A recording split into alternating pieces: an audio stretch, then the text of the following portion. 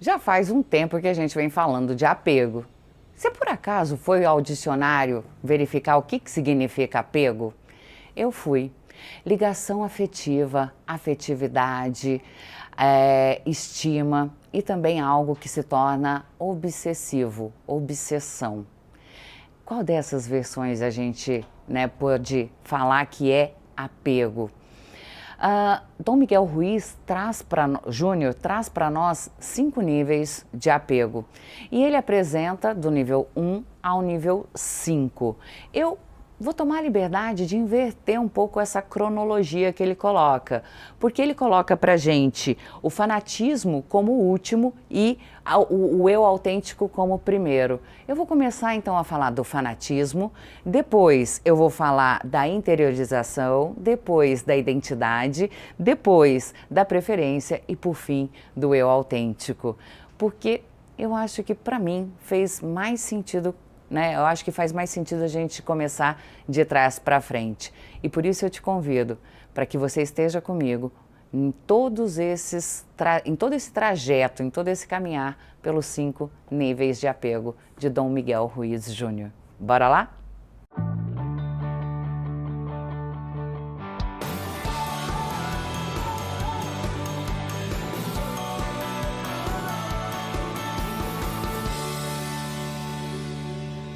Bom, como eu disse para vocês, Dom Miguel Ruiz, ele é Dom Miguel Ruiz Júnior. É porque eu leio tanto o pai quanto o filho e às vezes eu esqueço de colocar o Júnior, mas bora lá.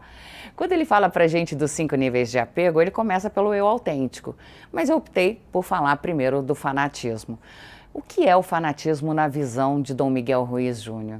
É aquele momento que a gente acredita sem questionar, que a gente simplesmente aceita aquela situação, aquela fala, aquele dizer como verdade absoluta, sem sequer parar para pensar sobre aquilo, parar para pensar sobre aquilo, sobre o que aquilo significa em mim, na minha vida, no meu contexto, enfim, a gente simplesmente aceita e passa a viver a nossa vida em busca disso. Aliás, é até uma coisa que ele traz no livro. Essa questão do fanatismo, ela é tão importante e ela é tão séria, porque quando a gente se torna fanático por alguma coisa, a tendência é que a gente perca o respeito, não por aquela coisa, mas por nós mesmos e até mesmo pelo outro. Vários casos a gente já sabe, a gente já ouviu, viu na televisão ou viu em algum lugar vários casos de pessoas que são fanáticas e que colocaram a sua vida em risco ou a vida de outras pessoas em risco. Talvez o que você não saiba, como eu também não sabia ou nunca tinha prestado atenção nisso, é que o fanatismo, ele não vem do lugar do ódio ou da raiva, ele vem do lugar do amor condicional. Eu também, quando eu li essa frase lá no livro, eu falei, como assim? Me explica melhor que eu não estou entendendo. Porque geralmente a gente linka o fanatismo com atos de violência, e nem sempre.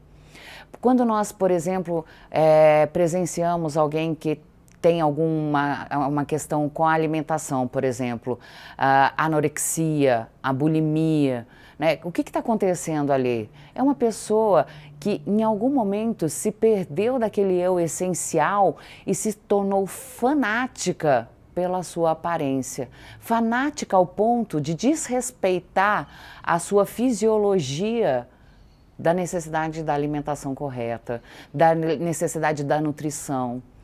Ela passa, a imagem que ela consegue ver dela mesma no espelho é totalmente distorcida por conta de uma questão que não vem de um lugar da raiva ou do ódio, mas de um amor condicional. E qual é a condição desse amor?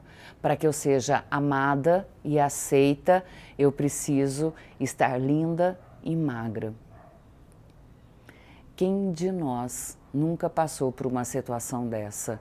Quem de nós não se colocou em situações onde essa condição se fez presente para que nos sintamos pertencentes, para que a gente se sinta amado, para que a gente se sinta incluído.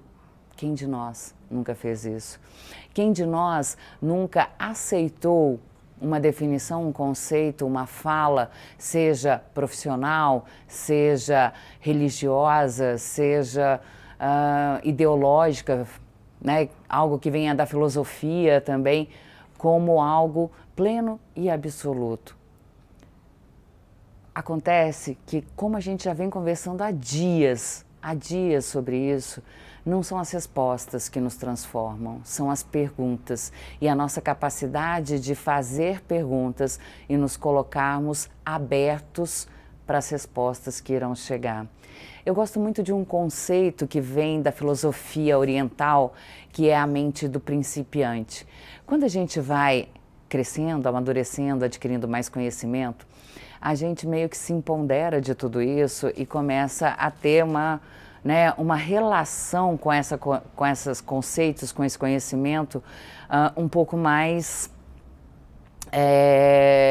definitiva, assim, meio que a gente assume isso, né, toma algumas coisas como certas e a gente vai preenchendo alguns espaços e acaba superlotando a nossa mente aí de conhecimento. Como diz Murray Lugan, a gente se torna um obeso, né, intelectual, porque a gente vai juntando tudo aquilo e a gente nem sabe ao certo o que fazer com aquilo tudo. Na mente de principiante, a gente faz justamente ao contrário.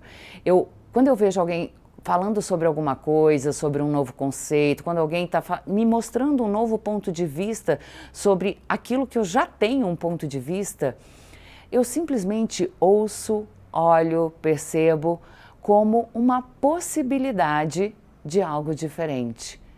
É isso que não acontece no fanatismo, é isso que a gente deixa de perceber quando nos tornamos fanáticos com alguma coisa, seja com o nosso time de futebol, seja com a política, seja com a economia, seja com a forma que nós lidamos com o amor. Quem nunca, né? Quem nunca condicionou pensamentos, sentimentos, atitudes, comportamentos como uma forma de amar?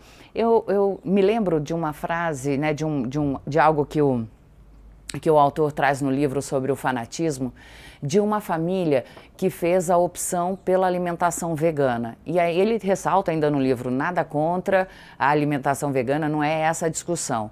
E a discussão é o seguinte, a mãe e o filho queria comer carne e a mãe falou, olha, não, você não vai comer carne porque nós somos veganos. Aí ele falou assim, olha, mas eu quero experimentar a carne, eu quero saber o sabor da carne para eu poder decidir se eu vou ser vegano ou não, ou se eu vou curtir comer carne. Olha, então se você quer experimentar a carne, você vai ter que fazer isso em outro lugar, num outro momento, numa outra família. E essa foi a voz, né? Essa foi a fala da mãe. E aí você sai daquele lugar, né, de amor incondicional, você sai daquele lugar de uma relação saudável, tá certo? De novo, a questão aqui não é o veganismo, não é a orientação sexual, não é a sua crença religiosa, não é nada disso. O que o que eu estou tentando trazer aqui e que eu, né, me amparo no livro para dialogar com vocês, é justamente como a gente se comporta muitas vezes por meio dessa visão prepotente, arrogante, diante dos nossos conceitos e das nossas definições. É como se a gente não abrisse espaço para diálogos, que a gente não abrisse espaços para que a gente perceba que pode ser diferente. E às vezes a gente pode até se surpreender, positivo ou negativamente. O fato é, precisamos experimentar. O fato é, precisamos nos permitir viver, nos permitir conhecer. Conhecer o quê? Aquilo que ainda não conhecemos. Porque quando eu me permito conhecer aquilo que eu não conheço, eu tenho, inclusive, mais elementos para relacionar com aquilo que eu já conheço. Aquilo que eu já conheço me trouxe até aqui. Aquilo que eu não conheço vai me levar mais além. E eu espero que seja junto com você, porque eu espero que nossos diálogos possam nos transformar, a mim e a você. E juntos nós construímos um mundo melhor, mais feliz, mais pleno, mais saudável e, com certeza, muito mais compartilhado. É isso que é o meu grande desejo. Eu espero te encontrar de novo no nosso próximo vídeo, para que a gente continue falando dos outros níveis de apego. E tenho certeza que você vai se surpreender com a fala do autor. Te encontro lá. Muito obrigada.